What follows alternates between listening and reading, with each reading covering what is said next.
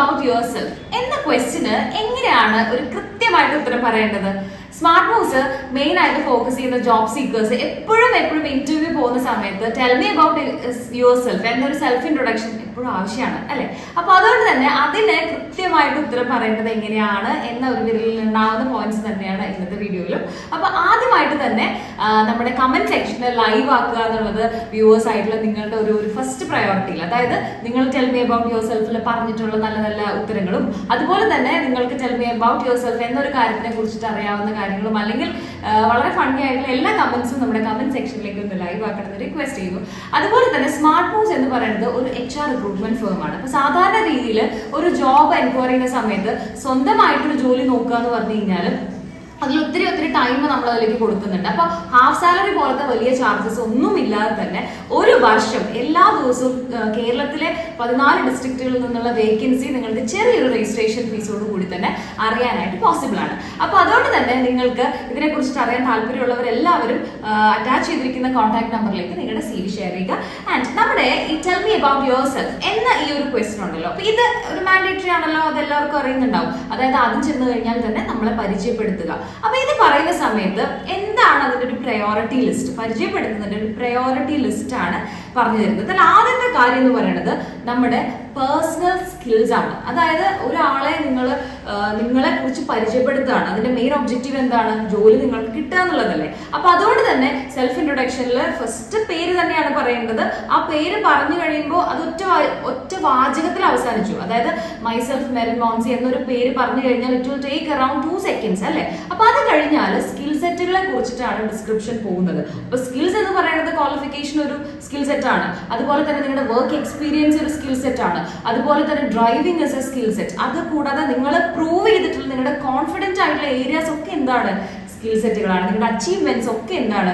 Skills ആണ്. അതിന്റെ description, അതായത് സെൽഫ് ഇൻട്രൊഡക്ഷന് യൂഷ്വലി ആക്സെപ്റ്റബിൾ ടൈമിംഗ് എന്ന് പറയുന്നത് 1 minute ആണ്, അഥവാ 60 seconds ആണ്. അപ്പൊ 60 സെക്കൻഡ് സമയത്തിലെ ആദ്യത്തെ ഒരു 30 സെക്കൻഡോളം നിങ്ങൾക്ക് ആ ഒരു ഡിസ്ക്രിപ്ഷനിലേക്ക് തന്നെ ഒരു വെയിറ്റേജ് കൊടുക്കാം. 30 സെക്കൻഡ് നിങ്ങളെ കുറിച്ചിട്ട് ഈ രീതിയിൽ ഒന്ന് പരിചയപ്പെടുത്തി കഴിഞ്ഞാൽ അടുത്തൊരു ഏരിയ നിങ്ങൾ പറയേണ്ടത് എന്താണെന്ന് വെച്ച് കഴിഞ്ഞാൽ what I can give in return. അതായത് എംപ്ലോയർ ആണ് ഇത് കേട്ടുകൊണ്ടിരിക്കുന്നത്. അപ്പൊ അതുകൊണ്ട് തന്നെ നിങ്ങൾ ഈ സ്കിൽ സെറ്റുകളൊക്കെ ഉണ്ട്, അവർക്കെല്ലാം മനസ്സിലായി. അത് കഴിഞ്ഞിട്ട് എന്താണ് കമ്പനിക്ക് നിങ്ങളിൽ നിന്ന് റിട്ടേൺ ആയിട്ട്, അതായത് നിങ്ങളുടെ സ്കിൽ സെറ്റ് അവർക്ക് എങ്ങനെ യൂട്ടിലൈസ് ചെയ്യാൻ പറ്റും, ആ കമ്പനിയിലേക്ക് അത് എങ്ങനെ ഗുണകരമാവുന്നു എന്നതിന് എക്സ്പ്ലനേഷൻ ആയിട്ടുള്ള ചെറിയ സൂചനകൾ നിങ്ങൾ കൊടുക്കണം. പിന്നീട് ഇന്റർവ്യൂ ആണ്, ഉറപ്പായിട്ടും അതിന്റെ ക്വസ്റ്റ്യൻസ് വരും. അതിന് സ്പോണ്ടേനിയസ് ആയിട്ടുള്ള ഉത്തരങ്ങൾ അതെപ്പോഴും വളരെ ധൈര്യമായിട്ട് തന്നെ കൊടുക്കുക. സ്പോണ്ടേനിറ്റി വേണം. അതോടൊപ്പം തന്നെ ഈ ഒരു കാര്യമായിരിക്കണം അതിന്റെ കൃത്യമായിട്ടുള്ള ഒബ്ജക്റ്റീവ് നിങ്ങൾ പരിചയപ്പെടുത്തുമ്പോൾ തന്നെ.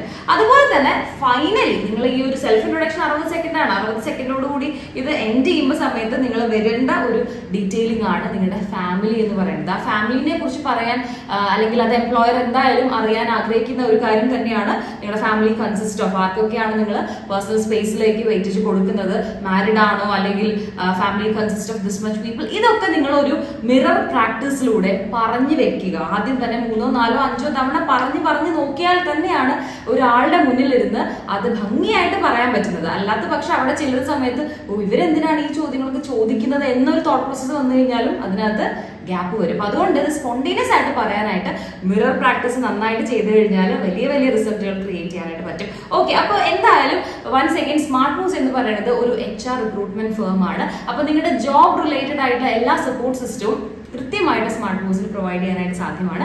അപ്പൊ അതിന് വേണ്ടിയിട്ട് നിങ്ങൾ ചെയ്യേണ്ടത് ഒരു ചെറിയ രജിസ്ട്രേഷൻ ഫീസോട് കൂടിയിട്ട് നിങ്ങളുടെ അറ്റാച്ച് ചെയ്തിരിക്കുന്ന കോൺടാക്ട് നമ്പറിലേക്ക് നിങ്ങളുടെ CV അയച്ചു കഴിഞ്ഞാൽ സ്മാർട്ട് മൂവ്സിൽ നിന്ന് തന്നെ നിങ്ങൾക്ക് ഒരു വർഷത്തോളം എല്ലാ ദിവസവും കേരളത്തിലെ വേക്കൻസി അപ്ഡേറ്റുകൾ അറിയാനായിട്ട് പോസിബിൾ ആണ്.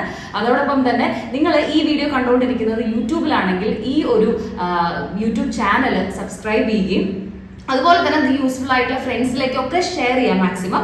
അതുപോലെ തന്നെ ഇൻസ്റ്റഗ്രാമിലാണെങ്കിൽ പേജ് ഫോളോ ചെയ്യുക. പിന്നീട് നിങ്ങളുടെ CV നമ്മുടെ ഈ ഒരു കോൺടാക്ട് നമ്പറിലേക്ക് ഷെയർ ചെയ്ത് കഴിഞ്ഞാൽ രജിസ്ട്രേഷന്റെ എല്ലാ സപ്പോർട്ടും നിങ്ങൾക്ക് അറിയാനായിട്ട് സാധിക്കും. And thank you so much for watching.